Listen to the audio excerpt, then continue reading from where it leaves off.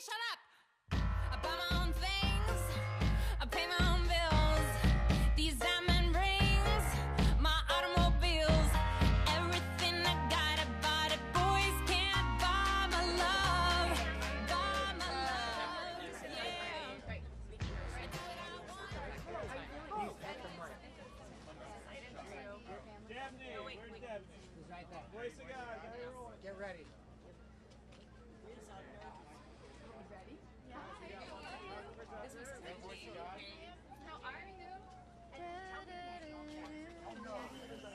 That she played in. Should be switched forward. It's on. Forward. Yours on. It's switched forward. Do you know what it was? You played in Nightmare on Elm Street? That's what I think. That's what I was like, what did I do in that? That's great. Oh, yeah. Ladies and gentlemen, please join us in the Pledge of Allegiance. I pledge allegiance to the flag of the United States of America and to the republic for which it stands, one nation, under God, indivisible, with liberty and justice for all.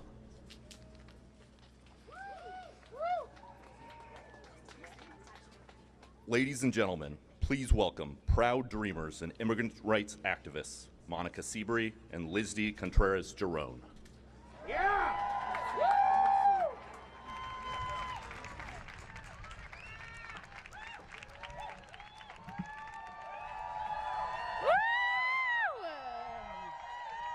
You want to stand up here on the platform?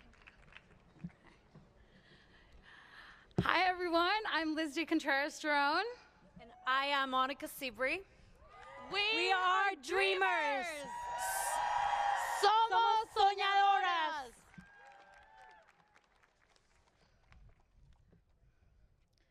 My name is Liz D. Contreras-Giron. This May, I will be graduating as the first in my family with a criminal justice degree and psychology concentration from Pace University and then heading to law school. I came to the United States at the age of 5 years old from Guatemala. As far back as my memory allows me to go, I see vivid images of my parents working hard to provide a better life for my siblings and I. What parents wouldn't? At a young age, my parents made me aware that nothing was given to you, and you must work for what you want. That's exactly what I've done. Although it has not been easy, I am working towards achieving my American dream, which I believe is vivid and attainable. I am a dreamer, a DACA recipient, a first-gen scholar, a Latina, and a woman. These titles define who I am, and I wear them with a lot of pride. They have each presented a barrier of their own, trying to map my future and outcome and limit my possibilities. Today, I join these brave individuals in projecting their stories. Being brave to me means waking up each morning with fervent hope and strength to continue the fight while not crumbling at the face of adversity. But this is nothing new to me because I've had to kick down doors where I've knocked and no one has opened them. From not being eligible for financial aid because of my status, to not being promised another day in this country which holds all I ever known and all I love.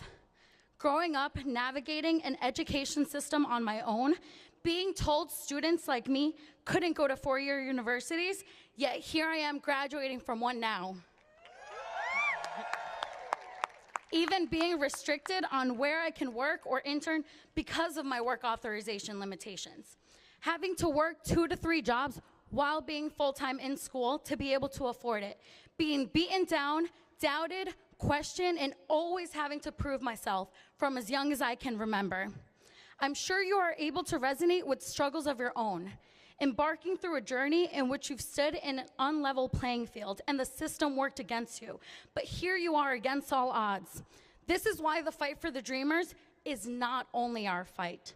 Everyone's stories today and each and every one of your stories at home intertwine as a story of struggle, hope, strength, and success. I'm representing my dreamer and immigrant community today because the fight for the DREAM Act and/or immigration reform would allow me to continue working hard towards achieving my American dream. It would allow me to live a stable life without fear of deportation. It would allow me to continue contributing to my community. It would ultimately change mine and my family's life.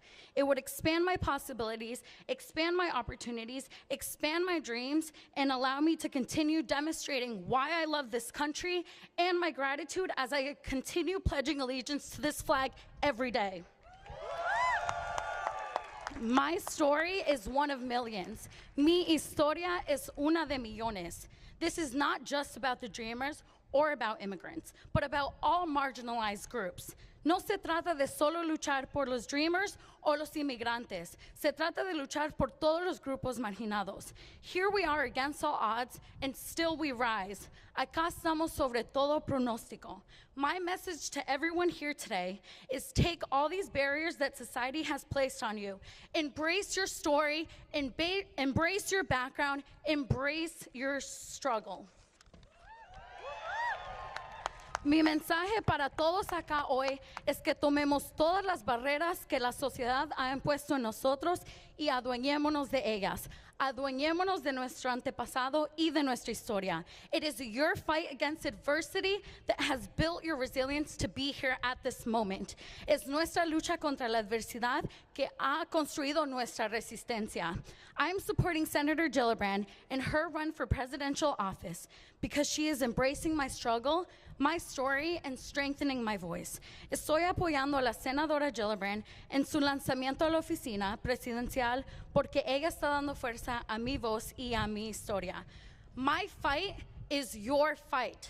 Your fight is my fight. And our fight is her fight.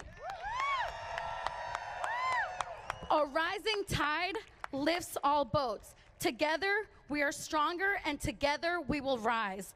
Mi lucha es tu lucha, y tu lucha es mi lucha. Una ola creciente levanta todos los barcos. Juntos somos más fuertes y juntos nos levantaremos. Thank you, Lizzie. Are we fired up? Say yes, we are. I can hear you. Are we fired up? Yes, we are. Thank you. Unconditional love leads to bravery, and bravery leads to action. Whether you're a mother, a father, a son, or a daughter, all of you will understand or already understand unconditional love. Let me take you through what that looks for my parents, our immigrant community, our movement, and I. 2001, two young parents choose to leave the three young daughters behind while they pursue the American dream. The family is torn apart by an uncertain future. Missed birthdays, missed graduations, many, many crying phone calls. This story is all too common.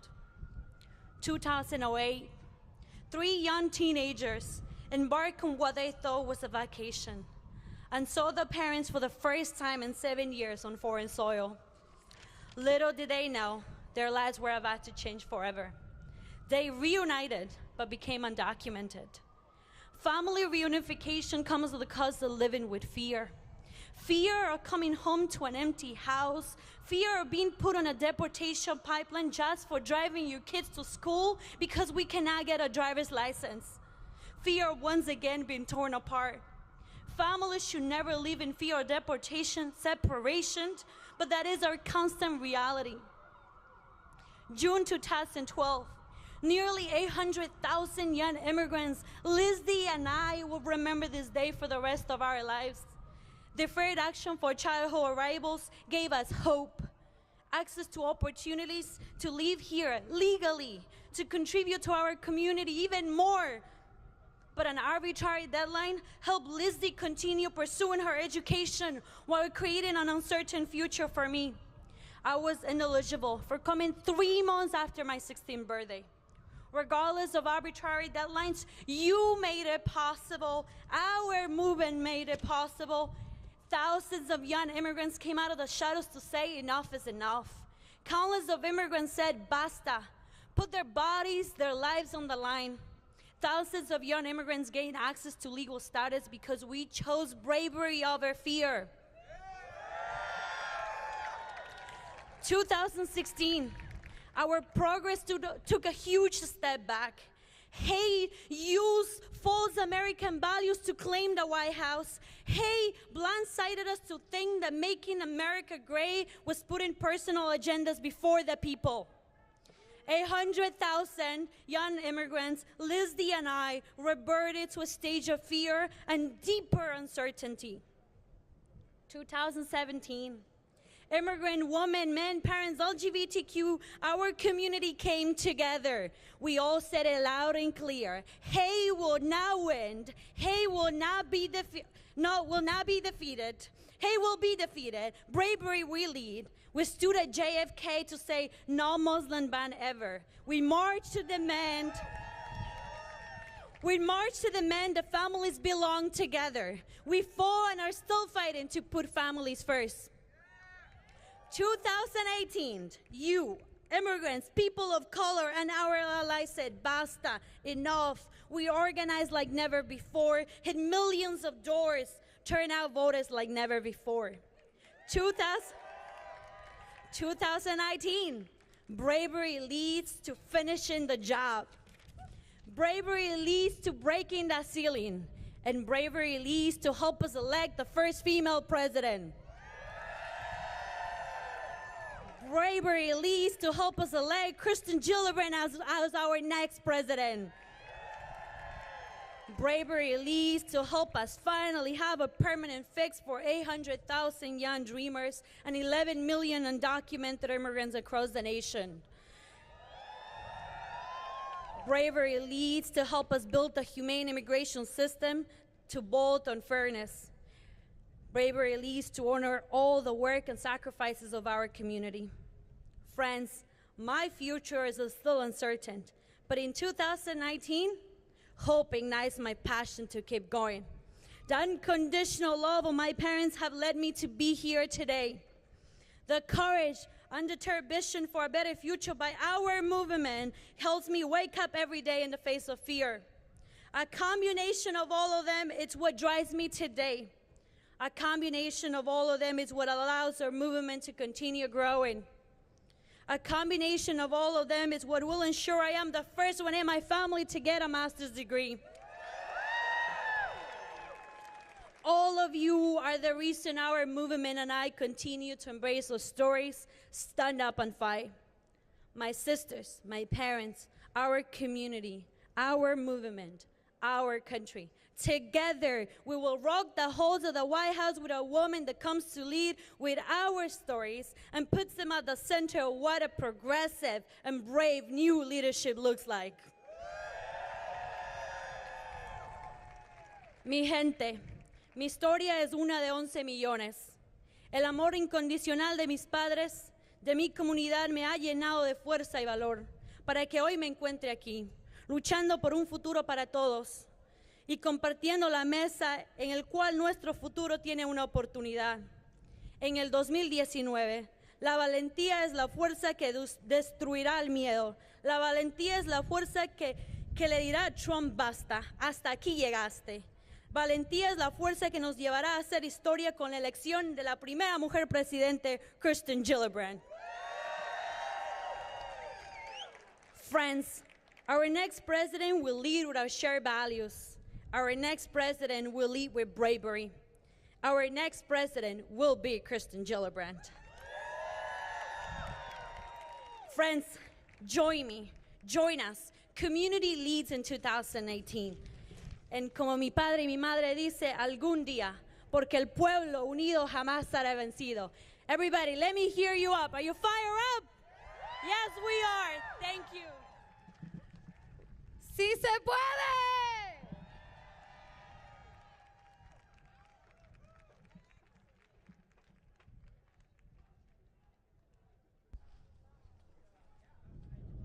Ladies and gentlemen, please welcome anti-sexual assault activist Annie Clark.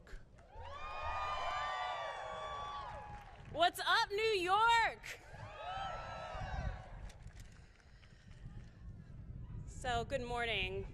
My name is Annie Clark. And honestly, when I was told the theme of this event was bravery, and I was asked to speak, I sort of felt like an imposter because I feel like that adjective is reserved for people who do great things. But I think each one of us can do great things. And over the past few days, I've come to believe that we are all capable, that if we come together, we can end racism, homophobia, transphobia, sexism. And that is why I'm putting my faith in New York Senator Kirsten Gillibrand. So I was planning a speech that was well polished and edited, and probably much to the chagrin of some of the communications folks. I'm going to go a little bit off record, because that's what being brave is. So, a little bit about me and my story.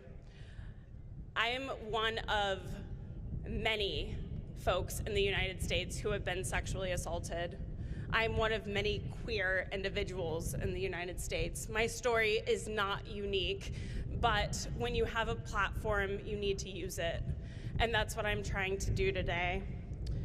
I am imperfect, I am learning, and I'm trying to be brave by sharing my story with you today, because that is what Senator Gillibrand showed me.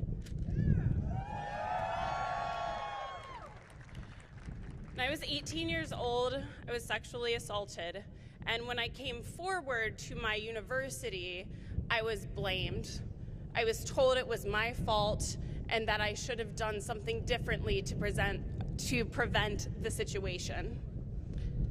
Later, with one of my colleagues and good friends, we walked up to Capitol Hill with no appointment and showed up on the doorstep of Senator Gillibrand's office and said, "Here's an issue."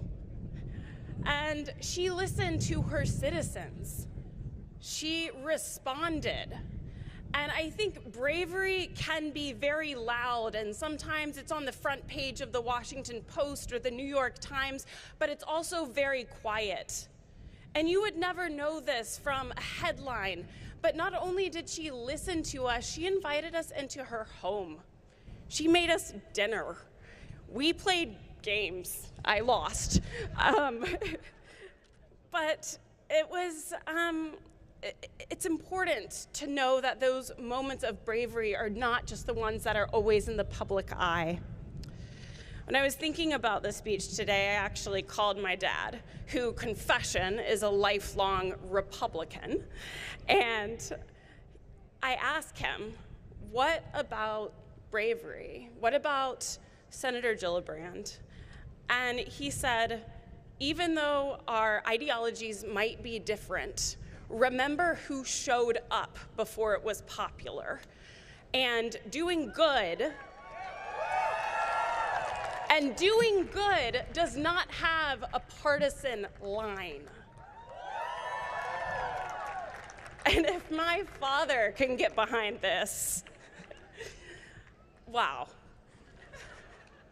So between the dinners and just getting to know her as a person, I am just very, very honored and proud to be here.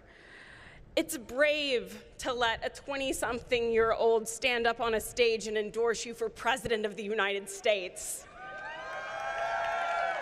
It's brave to stand out in front of Trump Tower and call on political opposites, but what's braver is standing up to your own political party when there's instances of racism and sexual violence there.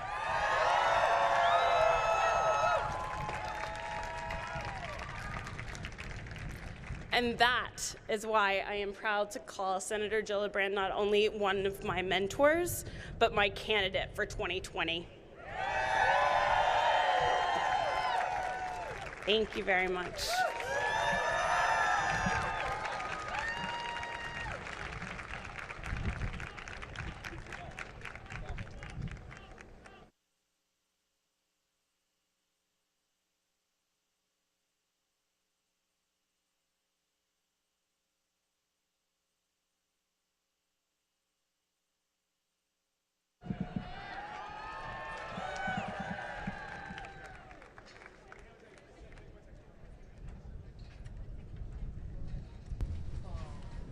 Ladies and gentlemen, please welcome gun safety advocate Jackie Rowe Adams.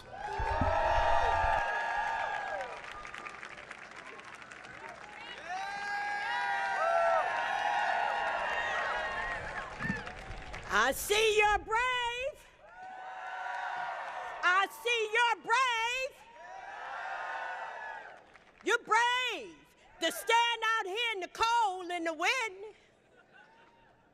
So I'm Jackie Rowe Adams,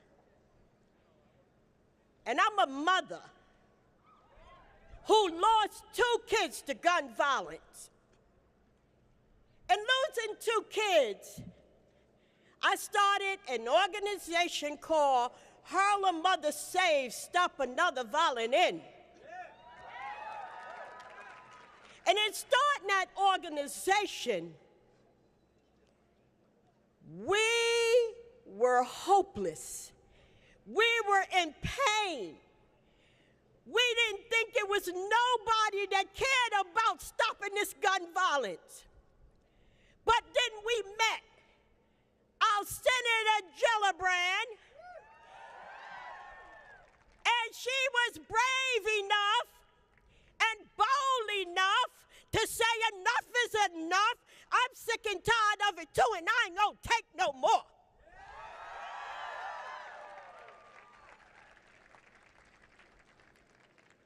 Hopeless. Hopeless. When everybody ran away from this issue, and you know what I'm talking about, nobody wanted to deal with the NRA. Nobody wanted to deal with the gun trafficking. Nobody, because they swept it under the rug. They were scared to talk about it because there was too much money in it.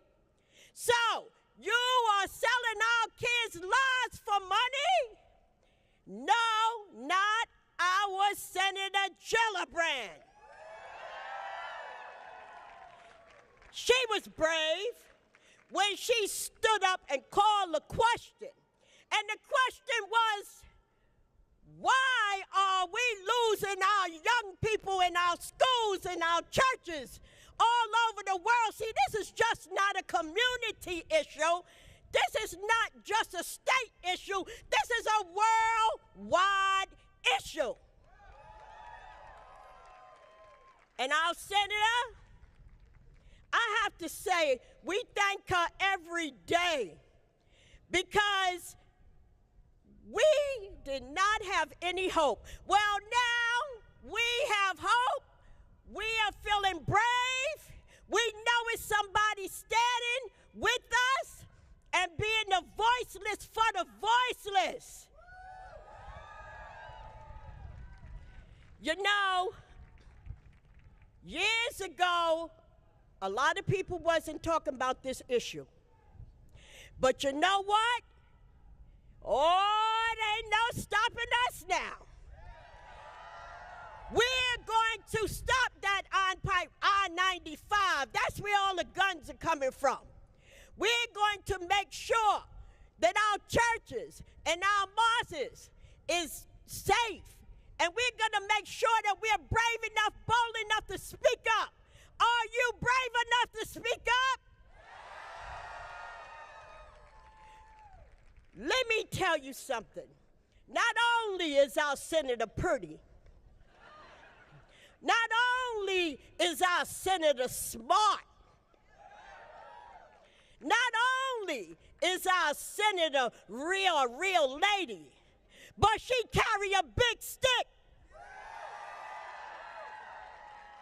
She could go up against anybody because she's a woman. And she's brave. Ladies, let me say to you ladies, you can do it. Yes, you can. Ladies, you can do it. Yes, you can. So many years, men, you know, they sat at the table and they removed us from the table. But it's over now. It's over now. And number 45, we coming after you. We got a lady.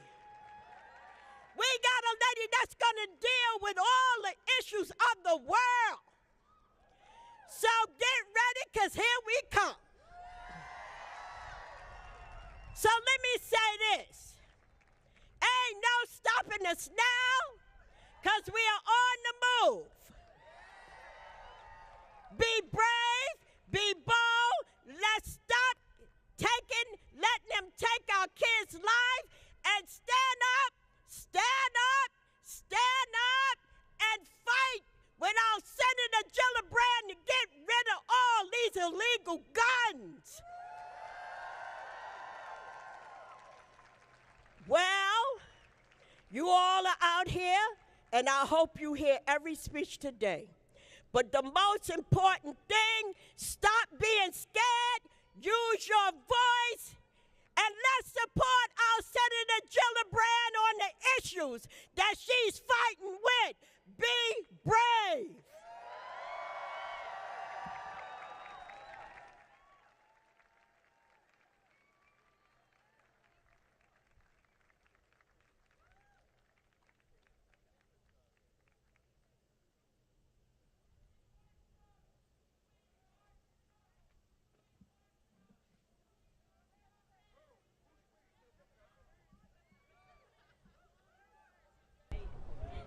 Ladies and gentlemen, please welcome LGBTQ activist Gabriel Blau and trans right activist Tanya Walker.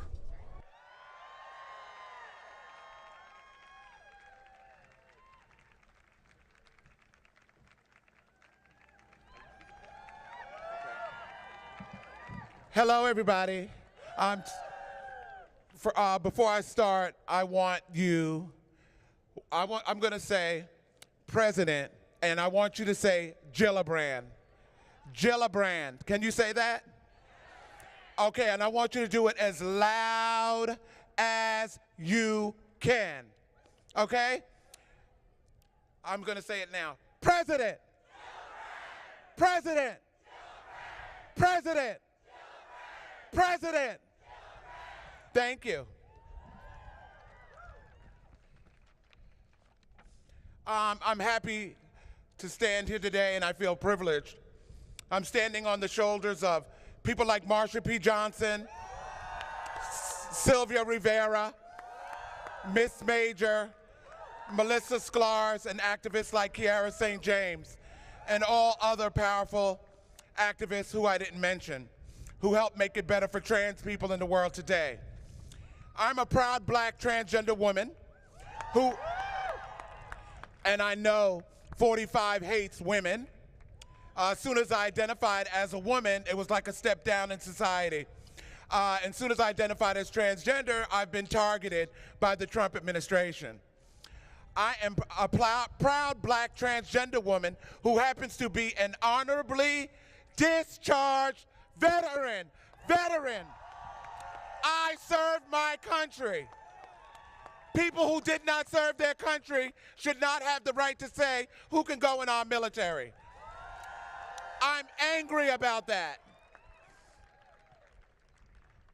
I am the co-founder of the New York Transgender Advocacy Group. I'm appalled at the direction that our country is currently going in. I faced discrimination many times in my life after coming out in the 1990s. Once, I was run off the College of Staten Island campus after protesting for a judge who was an out lesbian, Judge Karen Burstein. She was running for Attorney General of New York. And after that, I knew I wanted to live in a country that does not discriminate on the basis of gender identity, sexual orientation, race, gender, or age. What we need right now is a president who understands human rights, especially when it comes to trans, gender nonconforming, and non-binary folks. A president who has a track record of standing up against anti-immigrant, anti-transgender, genocidal policies put in place by the Trump administration. I want to see someone elected as president who is unafraid to stand up and bring us closer to LGBTQ equity and equality. A true champion who will create policies that will keep us safe from blatant housing discrimination, education discrimination, and health care. I say President, you say Gillibrand. President. Gillibrand. President. Gillibrand. President. Gillibrand. President. Gillibrand. Thank you.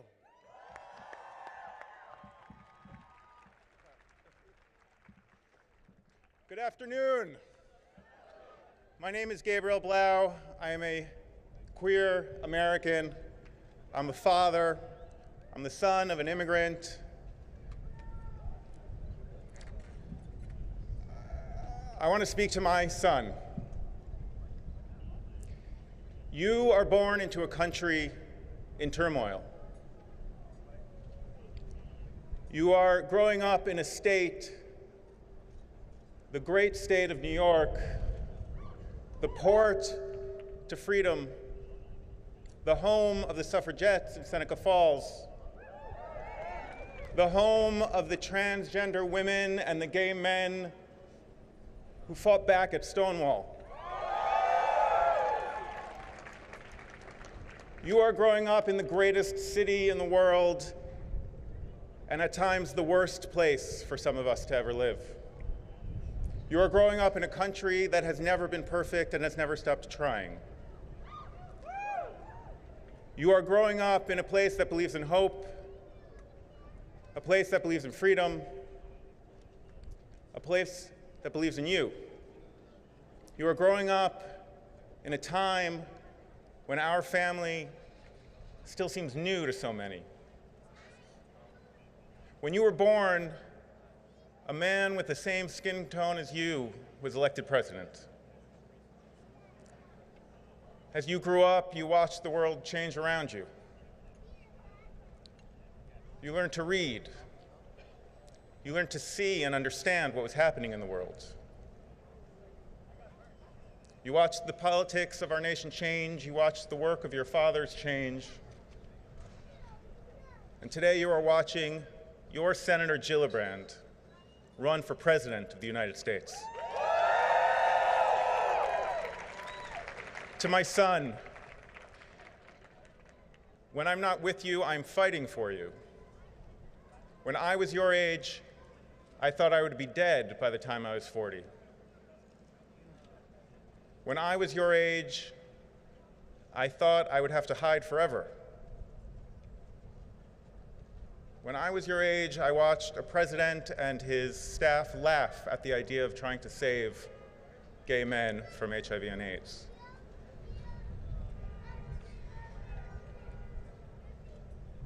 We owe it to our world. We owe it to our country. We owe it to our children. And we owe it to the people who fought for this.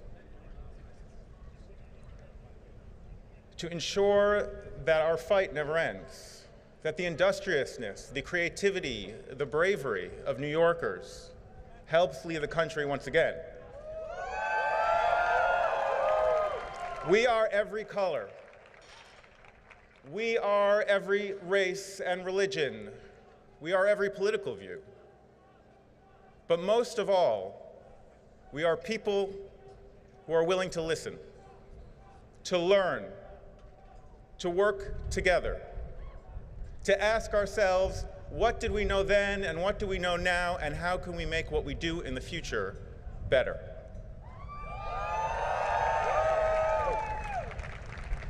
It should not be called brave to walk down the street holding your husband's hand, but my son, your father and I didn't hold hands in the subway.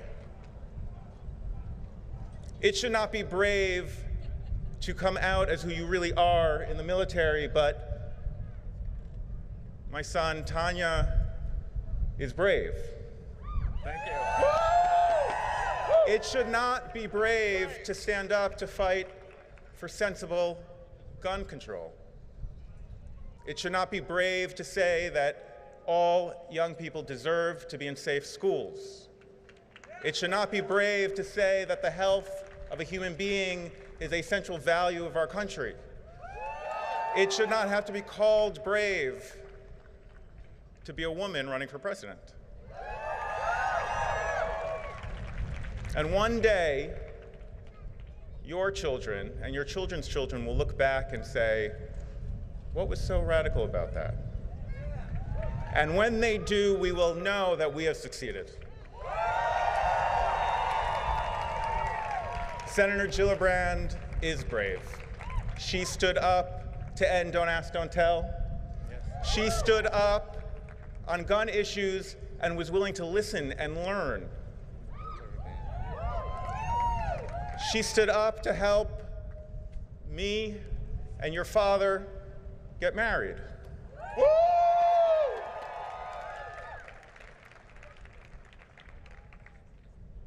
This is what New York is about.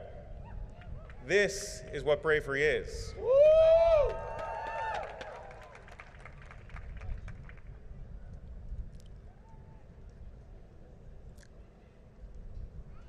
Senator Gillibrand represents all of us. And whether we agree or not with any politician, it is brave to stand up. It is brave to learn, and it is brave to teach, and it is brave to ask questions, and it is brave to put your arms around people in pain and around people who don't always agree with you, and to say, together, we can be brave, and we can make this a country that we all want to live in. Thank you very much.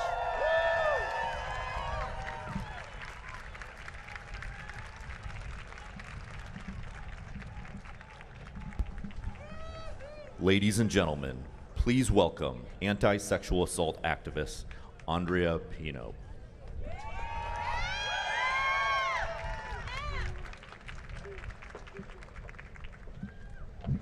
Hello, New York. My name is Andrea Pino Silva, and I'm here to tell you what I've learned about bravery throughout my life. I didn't learn about bravery from the writings of presidents or scholars or from textbooks that told the stories of powerful men. As a niña, through the stories of my abuela, I lived it. Abuela lived it by leaving her entire world behind in Cuba at 20 to fight for a better life in America. She lived it by raising each of her siblings when she herself was a child, and by sending her factory wages back to the island as soon as she earned them in hopes of reuniting her entire family in America one day. She questioned, was she brave enough to do it? Even in the face of poverty and almost no education, Abuela was bravery personified. Never once did she think the challenges ahead of her were too much. For her, it was simple. She knew she was the only one who could fight for her family. When I was 20 years old, on this very month, I survived a sexual assault as a college student. I sat alone in my dorm room, trying to understand what had just happened to me. Before I called it rape, I questioned what I had done to deserve it. Before I called it violence, I questioned whether what had happened to me was bad enough. Part of me had survived, after all. Sexual assault wasn't in the headlines then, but I quickly learned that too many of my friends had similar stories. My university, and no other university in America, was handling this issue how it needed to be handled, like a national epidemic. At the time, my school didn't take me seriously, because people like me didn't belong in the rooms where decisions were made. I was a first-generation student from Little Havana, who found herself reading about a powerful federal law called Title IX, wondering, am I brave enough to take on this fight? I believed every student in this country deserved the education we were promised. I had to fight to defend that right. Without a lawyer or anyone guiding me, I filed a Title IX complaint against my university because I believed that surviving rape should never be a condition for graduation. I knew we survivors could start a movement to end sexual assault, but I knew our movement needed support. In the midst of my college finals, I took a bus to Washington, D.C. and met with the fearless senator from New York, leading the fight against military sexual assault. I'd never spoken to a U.S. senator before, but as soon as Kirsten Gillibrand heard my story, she told me the words I needed to hear. I believe you. I want to fight alongside you. Even though I wasn't her constituent, and even though I didn't work for a powerful organization, nor even had a college degree yet, Senator Gillibrand believed in me and believed that there were no better people equipped to handle the epidemic of sexual assault than those of us who had actually survived it. She saw in me the power of everyday bravery. It is a difficult time to be brave in America. It is a difficult time to be brave as a woman, as a queer woman, as a Latina, as the proud daughter of refugees, and as a survivor of sexual assault, when every one of my identities is under constant attack every day by a man that celebrates his own abuses. It's been 27 years since Anita Hill shared her truth before an all-white, all-male panel to tell the world the details of her abuse at the hands of then Supreme Court nominee Clarence Thomas. It's been almost 50 years since Marsha P. Johnson, Celia Rivera, and our other queer ancestors led the first Pride protest here in New York City. It's been over 60 years since my abuela came to this country and gave me the opportunity to grow up in a world where my voice mattered. Our bravery is a gift from our ancestors, and it's everyday bravery by everyday heroes like us that makes this country great. I stand here today to tell you that it doesn't matter if your fight is against a 200-year-old university, a Supreme Court justice, or the President of the United States. If you have any doubt that you are not brave enough to fight it, I am here to tell you what Senator Gillibrand has taught me and teaches me every day. We are all brave enough to fight. I am proud to be here to tell you that there is no other candidate that is more prepared to invest and empower all American people than your New York Senator. Kirsten Gillibrand has fought for women. She has fought for LGBTQ people, for survivors, for immigrants, for workers, and for every American that dares to imagine an America that serves all of us, not just the white, rich, and powerful.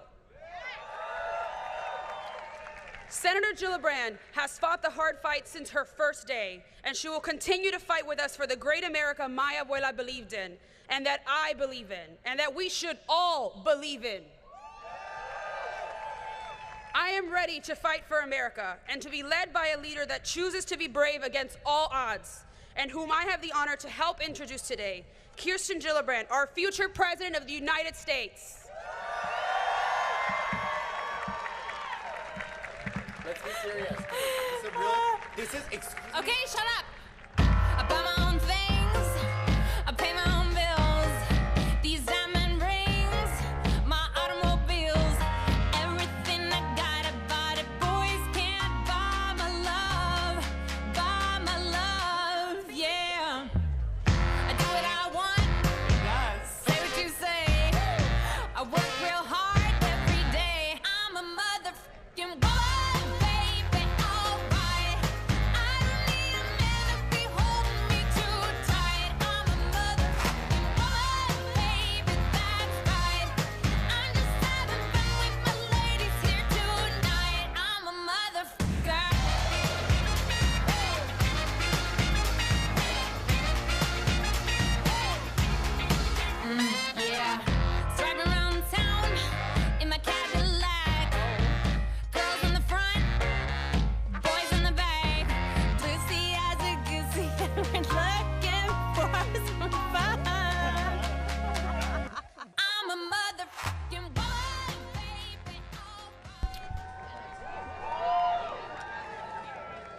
Ladies and gentlemen, please welcome activist and actor Connie Britton.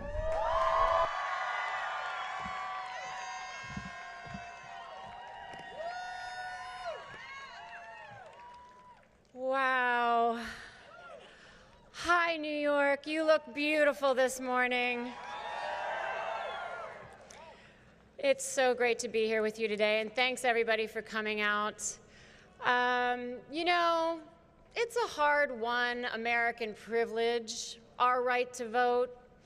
For all of us in this country, someone had to fight, and fight hard, and suffer badly, so that we can walk into a polling place and cast our votes for democracy. Right? And so we vote. At least we better. So I don't know about you, but sometimes I'm thinking, well, how do I know who to vote for? You know, I mean, it's always sort of a leap of faith. You know, it's like the best you can do is just kind of know who the candidates are and figure out what they stand for, and then, you know, just hope by God they really mean it. And then you go and you cast your vote and you hope for the best. So that's what I've been doing all these years, and it's pretty unusual to, you know, like, know the person. And I find myself in the rare position of actually knowing the person, my friend, who is running for president. That's so crazy, right? I mean, it really isn't. You know, it really isn't. I mean, if you know her like I know her, I could have almost predicted it, actually, knowing her as I do. Of course, hindsight is always 20/20, but if I look backwards and I really connect the dots, I could have seen that it was obvious that this should happen, that Kirsten always had what it would take to be president. Though as young women, we would never have allowed ourselves to dream that. But still, in the event that my friend, who I should have known would be running for president, is in fact running for president, I selfishly want everyone to know her like I do. So you're going to be hearing from me about Kirsten Gillibrand today and in the months coming. And I am going to be as honest with you as I can. And I'm going to share my experiences as wholly as I can, because the time is now for integrity. In America and in the presidency. So our story starts a long time ago, a long, long time ago. I went to college with a young woman named Kirsten, or as we called her at that time, Tina. And we both decided to study Chinese, and in so doing found ourselves in the summer of my freshman year and her sophomore year as roommates in Beijing, China. And for me, a fairly sheltered Virginia girl, communist China in the 80s, right, okay, 80s, guys, just deal with that, was a pretty rude awakening. This was a time when everyone there was still wearing Mao suits, and the only method of transportation was bicycle. So that was true for us as well, not the Mao suit part, but the bicycle part. So at the beginning of our summer term, all of us students went to buy bikes. And I remember being struck by the disparity we felt filing into one of the state-run department stores to purchase these bikes that we would only be using for the few short months that we were there, when most of the Chinese people had to save for months or even years to buy a bicycle. But it was a thrill to ride a bike in Beijing, China. And also somewhat harrowing, as the circuitous streets were jammed with bicycles with literally no regulation. But we grew braver that summer, and we had so many adventures, always with Kirsten in the lead. She was the brave one. She was the fearless one. I hadn't seen fearlessness and self-confidence like that before in my life, and it was inspiring and calming, actually. So one day, we were out on our bikes, far from campus, and out of nowhere, a monsoon came up. And I don't remember how we figured out where we were going on those bikes anyway back in those days. But on this day, when that storm came up, I remember how narrow the roads were, how confusing, and with flooding rains, how impossible it was to see. We could not see the road in front of us. We were lost, and we were at risk of losing each other. But there was Kirsten. She immediately took the lead and led us through the winding and disjointed streets. And because we couldn't see each other, she started singing. So pretty soon we were all singing, which helped to alleviate our fear and to keep us together. And we sang all the way back to campus with Kirsten as our guide and our leader. And by the time we made it back, the sky was clear and the sun came out. And Kirsten might have been as afraid as we were, but she never let her fear get in the way of her determination and her faith that we would find our way. Even as a student in a foreign country, navigating a rainstorm, Kirsten was a leader. And she was unrelenting. And she was cheerful. This is how she addresses the smallest problems and the most mountainous issues, such as what you've heard today. There's no variation in her commitment and determination.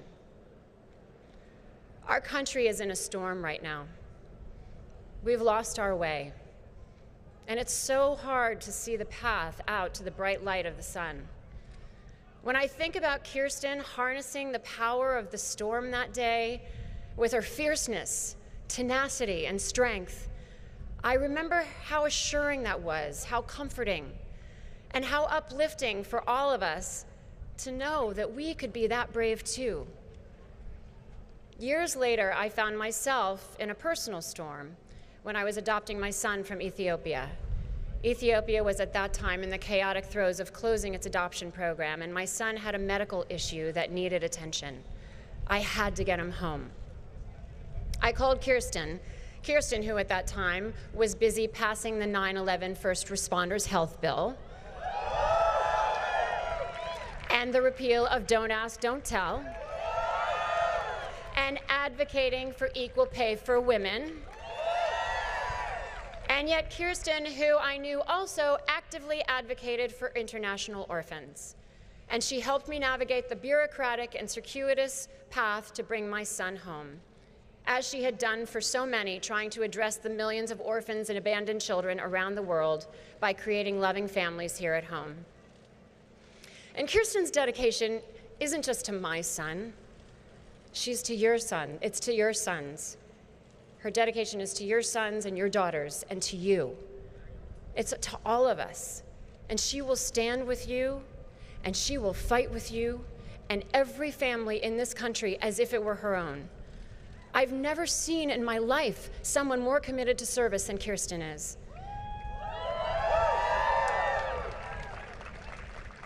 And knowing her, as I do all these years, the consistency of her conviction is clear. She cannot be knocked down, guys. Not in front of Trump Plaza or anywhere else. The fierceness, confidence, and assuredness, this bravery, comes from her unwavering core of integrity, which I can assure you has existed in her since childhood, if not birth. This is pure. This is true. Talk to her, because when she speaks with assurance, without pretense, and from a place of her own experience, knowing, and empathy. And she listens. That is what we need to lead us out of this storm.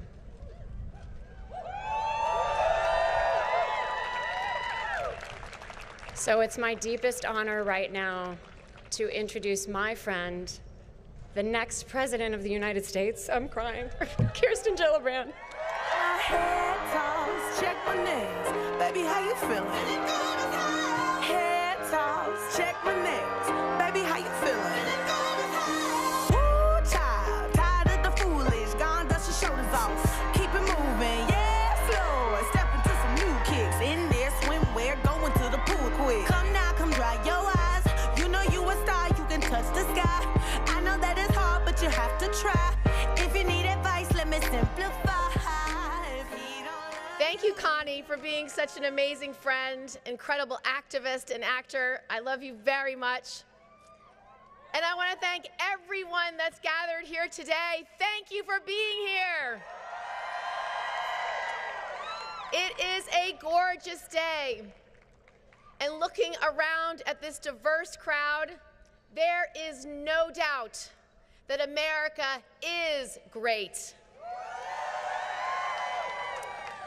Our Declaration of Independence was the start of a conversation about how to achieve life, liberty, and pursuit of happiness for every citizen. Our Constitution was always intended to grow and adapt as we formed a more perfect union, established justice, and ensured peace, security, and all the blessings of liberty. Even our national anthem ends in a question. Oh, say, does that star-spangled banner yet wave over the land of the free and the home of the brave? That open-ended question is what defines us, not just who we are or were, but who we will be.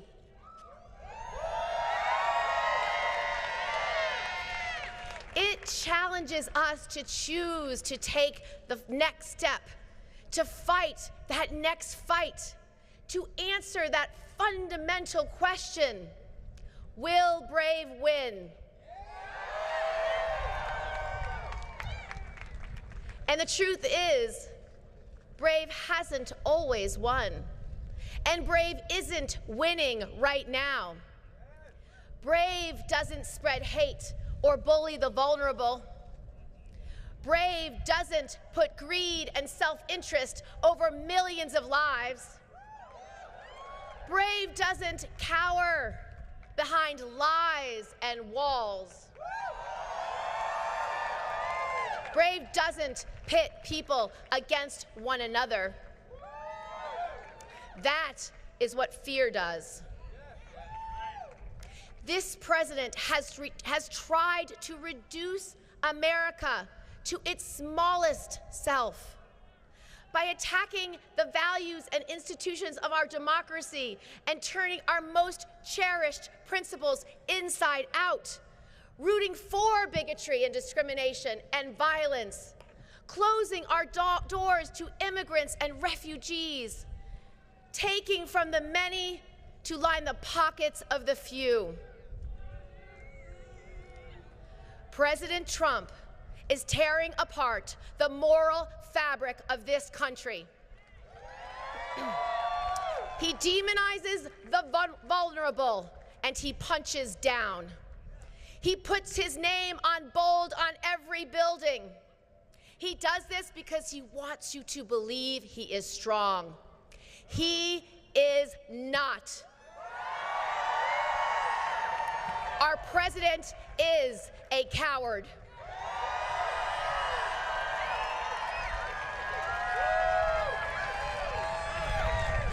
And that is not what we deserve. That is not what you deserve.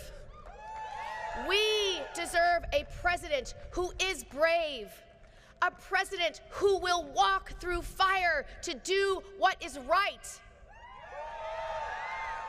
We deserve a president who inspires us to stand for something greater than ourselves.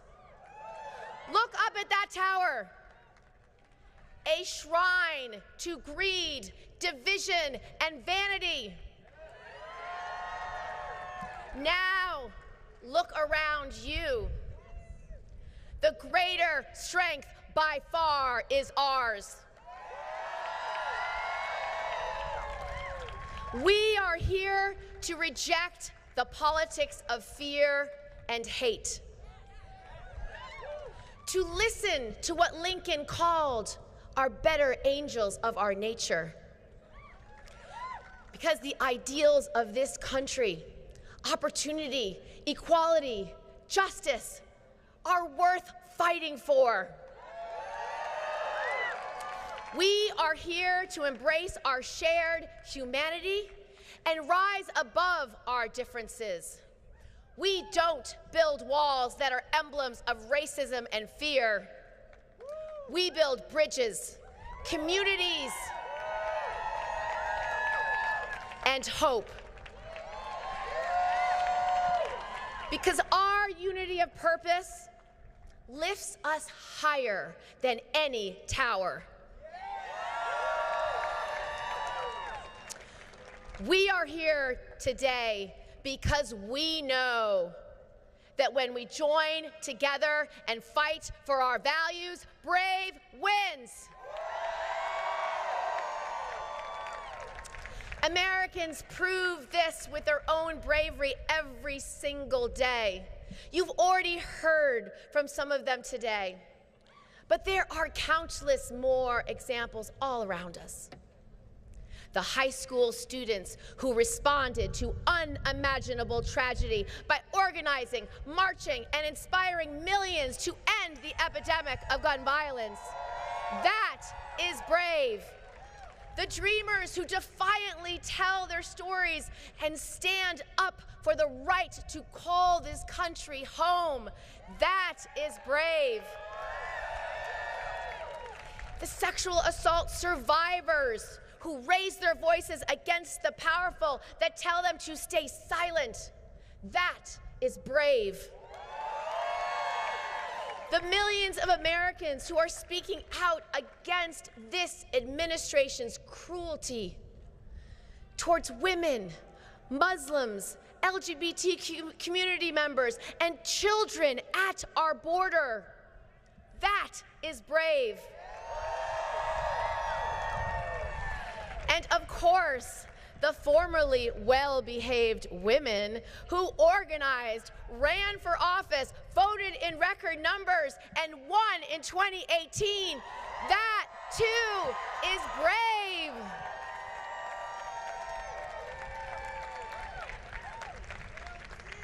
Day in and day out, Americans are making a choice to resist the backward pull of this administration and pushing us toward a better future.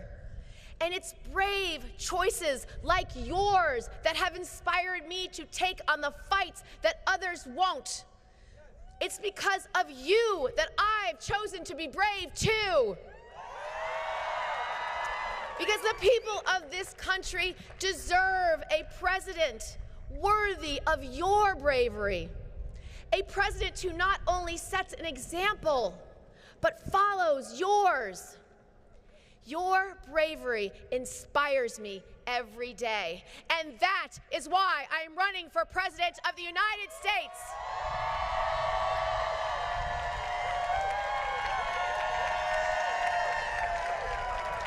Thank you.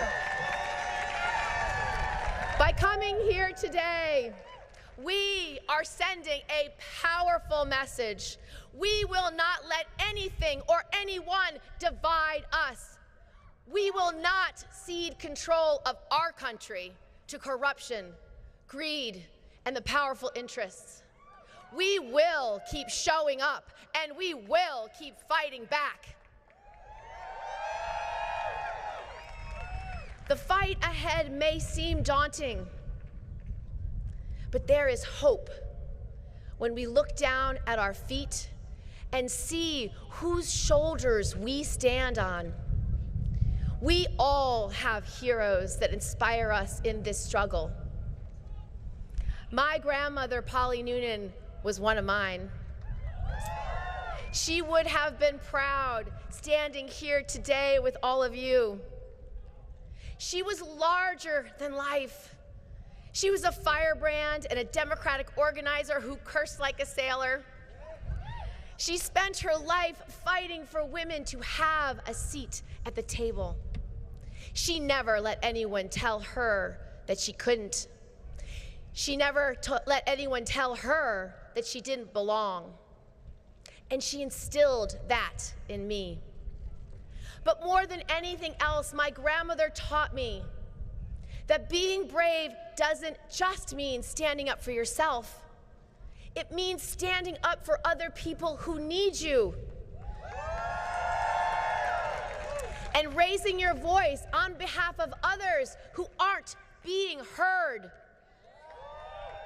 It's that core principle from my grandmother that has driven my life in public service.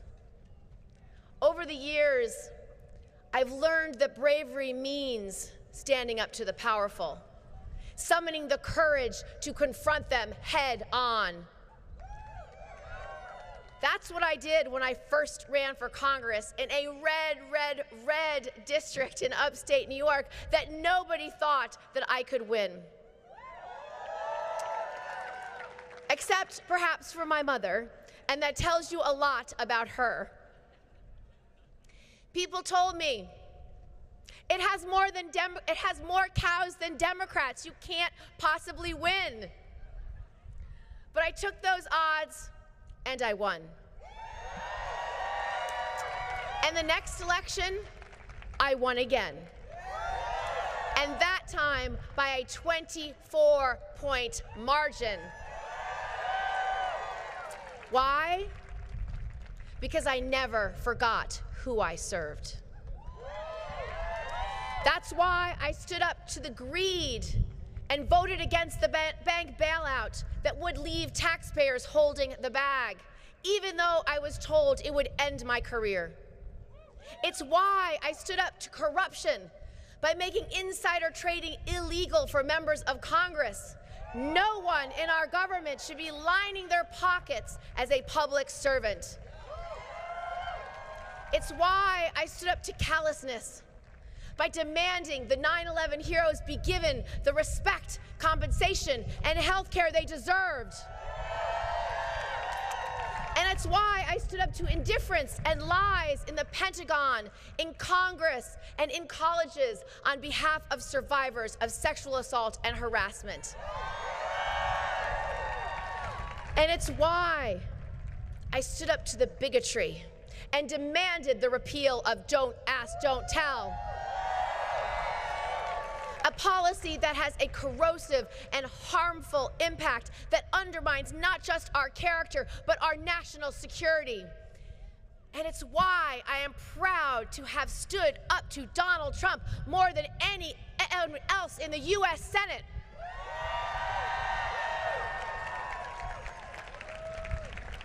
I will go toe-to-toe with anyone to do the right thing. Whether it's powerful institutions, the president, or even my own party. But I am not running for president because of who I'm fighting against. I'm running for president because who I'm fighting for. I'm fighting for an America where power truly belongs in the hands of the people, where our leaders care about everyone in this country and lead not from weakness of ego, but from strength of character, where compassion and integrity define our government, not self-interest and corruption, where we just don't care about the profits we make today, but the future we're leaving to our grandchildren. I know we can be that America, but it means starting at the root of our problems: greed. Right now, the special interests are displacing the voices of the people of this country.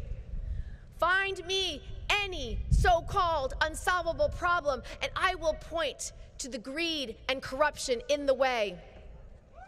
Polluter profits take precedence over drinking water. Opioid manufacturers get a pass instead of indictments they deserve, while our neighbors are sold more addictive drugs on purpose. The NRA stops popular, common-sense gun reform while stray bullets kill our children in our communities. Dark, unaccountable money is at the heart of this outrageous inaction. We need to crack open government, flip the switch, let light flood in. That's exactly what I did when I came to Washington and challenged Congress by making my meetings, finances, and taxes public. I wanted my constituents to know I was working for them, not the powerful. I will keep leading on transparency within my own office and my campaigns. That's why I'm not taking corporate PAC money in this campaign. No federal lobbyist money and no individual super PACs. As president, I will fight for publicly funded elections. It would change the way Washington works overnight. Imagine, just for a minute, imagine your voice just as loud as the Koch brothers. What a concept. By leveling the playing field, our democracy will thrive. And we will protect against the dysfunction that's poisoning Washington right now. As your president, I will be answerable to you and you alone. I will be elevating the concerns that you would raise at a town hall or at your kitchen table. I will govern based on the principle that our democracy only works when elected leaders hear directly from you.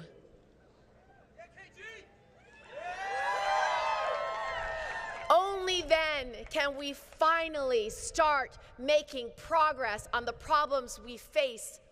Our goals are ambitious, but the truth is, they're not controversial. Americans across party lines support these common sense ideas. It's time for this country to make quality, affordable health care a right and not a privilege. We must pass Medicare for all. I have fought for this since my very first House race in 2006. We have a plan to get from our current system to single payer. And I know because I helped to write it. We will create competition, get costs down, eliminate the greed. On education, it's time to guarantee universal pre-K, affordable daycare, and high-quality public education for every kid. For every kid in America, no matter what block they grow up on. We must make higher education affordable and accessible for everyone and reduce the crush of student debt. The federal government should not be making money off the backs of our students. In my administration, we would refinance all federal student debt to the lowest available rate. And here's a big idea. Let's improve and expand the GI Bill to make college free for anyone who agrees to do national public service. That way, our young people can pursue their dreams debt-free while helping others. To grow the middle class, we need to start rewarding work again. We must make full employment a national priority by investing in free job training through apprenticeships, not-for-profits, community colleges, and state schools. We will work with employers to connect underemployed and unemployed workers with the training, skills, and jobs that are available in their communities, in the fields of their interests. With workers' rights under attack more than ever, we need to protect the right to collectively bargain and form unions. We need to fight right to work and support card check. And let's do right by our workers and raise the minimum wage to $15 an hour nationwide. We have to transform the infrastructure of work by finally making national paid leave a reality. It is outrageous that we are the only industrialized country in the world without it. You should never have to risk your job and income to take care of a new baby, a sick family member, or your own medical needs. I refuse to accept the false choice between your paycheck and your family. I have led this fight in Congress since 2013, when it was not part of our national conversation. You're welcome. And hear me when I say this. Paid leave, equal pay, and affordable daycare are not just women's issues. These are economic issues, ones that will determine whether or not our country succeeds. At the same time, we need to dismantle the institutional racism that pervades our society and holds back millions of families. It is in our healthcare, education, economic, and criminal justice systems. It's in the growing crisis of Black women's maternal mortality. It's in the sentencing disparities that keep Black men in prison for years when white-collar criminals go home on bail. It's in the wealth gap between communities of color and white communities that only widens from generation to generation. These challenges call for solutions, both targeted and broad, like higher standards for maternity care, a national commitment to full employment, postal banking, ending cash bail, and legalizing marijuana. We need to restore our moral leadership in the world. We must secure our borders effectively and fight terrorism relentlessly. But let's be very clear. Racism and fear is not a national security strategy. Building a wall, ripping apart families, banning Muslims, and turning our backs on refugees and asylum seekers isn't just wrong. It makes us less safe. We need to repair our relationships with our allies and stop fawning over our adversaries. We need to leverage our diplomatic tools to make Americans more prosperous and more secure, and always treat military force as a last resort.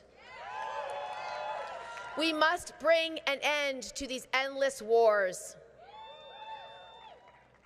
America's commander-in-chief is not a dictator, and the decision to deploy our troops can never be made lightly or unilaterally without Congress. And we need to protect the integrity of our elections by holding accountable any threats to our democracy from abroad or right here at home. The stakes of this just got higher on Friday. The Mueller report must be made public. All of it. Nobody in this country, not even the president, is above the law or immune from accountability. It is not often that I agree with Richard Nixon, but he was right to say that the American people have a right to know whether their president is a crook.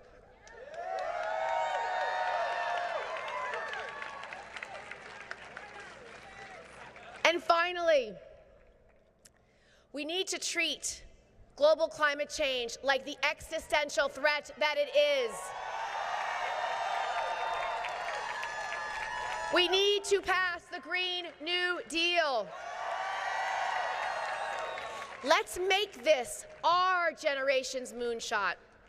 Addressing a global challenge of this urgency will take massive effort and transformational vision, which is exactly why we should do it.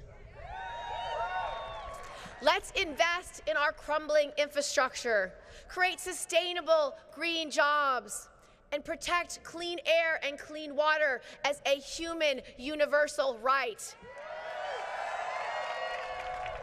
And I'd like to go further than others who support this plan. I'd also put a price on carbon. I would put a price on carbon to use market forces to steer companies away from fossil fuels towards clean and renewable energy. We can't afford not to do this. We don't have time to waste. John F. Kennedy said he wanted to put a man on the moon in the next 10 years, not because it's easy, but because it's hard. I believe we should look at global climate change exactly the same way. We should aspire to net zero carbon emissions in the next 10 years, not because it's easy, but because it's hard.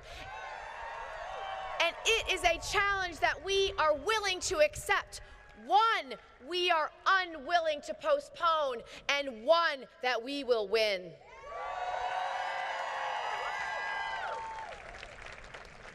None of these big fights and equally big goals will be easy. Nothing worth fighting for ever has been. But I have never backed down from a fight, and I am not about to start now.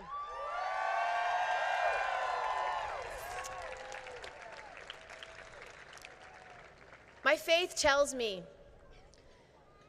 to care for the least among us, feed and clothe the poor, help the stranger, the sick, and the incarcerated.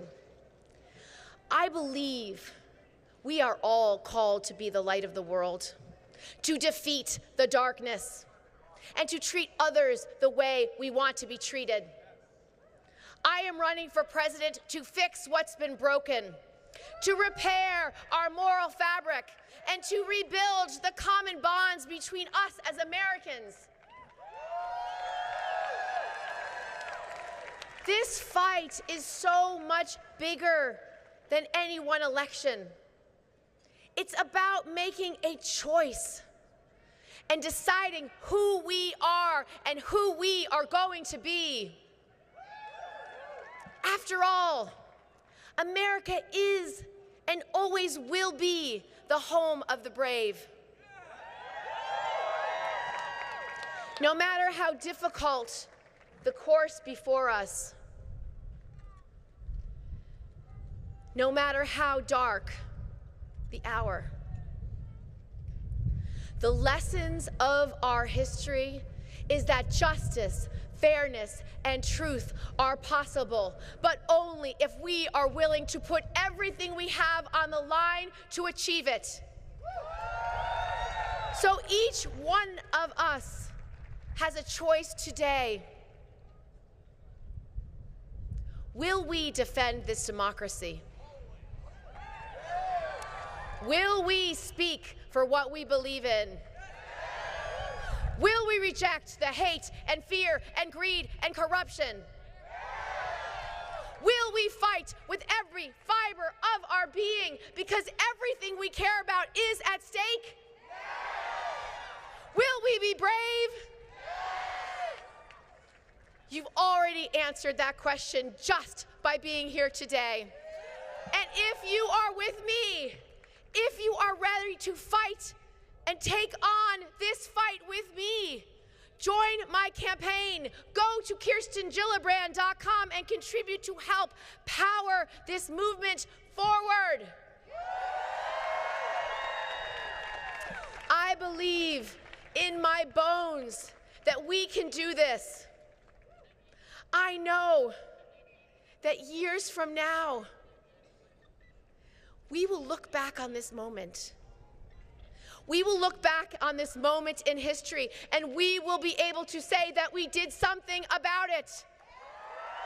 We stood up, locked arms, and proved to America and the world that when people come together to drive out the darkness, hope rises, fear loses, and brave wins.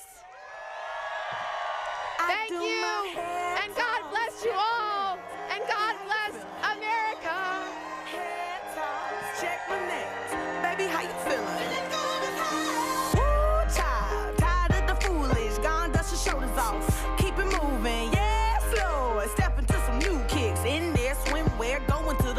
it. Come now, come dry your eyes. You know you a star, you can touch the sky. I know that it's hard, but you have to try. If you need advice, let me simplify. If he don't love you anymore, just walk yourself right out the door. I do my head talk, check my nails. Baby, how you feeling? Head talk, check my nails. Baby, how you feeling? Feeling good as hell. Baby, how you feeling? Woo, girl, need to kick off your shoes. Gotta take a deep breath, time to focus on you. All the big fights, long nights that you've been through. I got a bottle of tequila I've been saving for you. Boss up and change your life. You can have it all, no sacrifice. I know we did you wrong, we can make it right. So go and let it all hang out tonight. Cause he don't love you anymore. So walk yourself right out the door. And do your head talk, check my nails. Baby, how you feeling? Head talk, check my nails. Baby, how you feeling? Head talk, check my nails. Baby, how you feeling? And we gon' be all head talk, check my nails. Baby, how you feeling? Yeah. Alright. Listen, if he don't love you anymore, then walk yourself right out the door. And do your head talk, check my nails. Baby, how you feeling? Head talk, check my nails. Baby, how you feeling? Head talk, check my nails. Baby, how you feeling?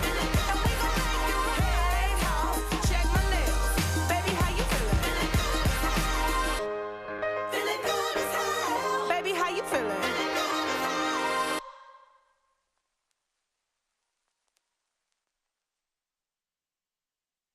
Let's be serious. This is a real. This is. Excuse me. Okay, shut up. I buy my own things. I pay my own bills. These diamond rings, my automobiles, everything I got, I bought it. Boys can't buy my love, yeah. I do what I want. Yes. Say what you say. I work real hard every day. I'm a motherfucking woman, baby. Alright. I don't need a man to be holding me too tight. I'm a motherfucking woman, baby. That's right. I'm just having fun with my ladies here tonight. I'm a motherfucker.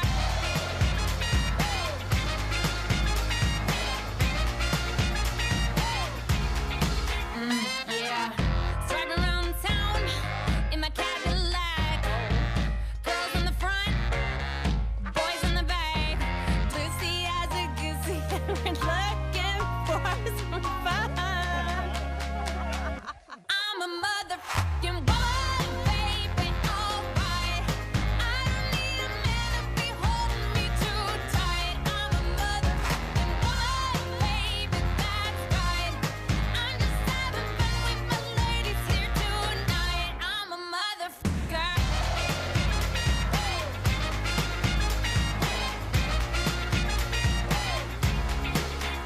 Yeah.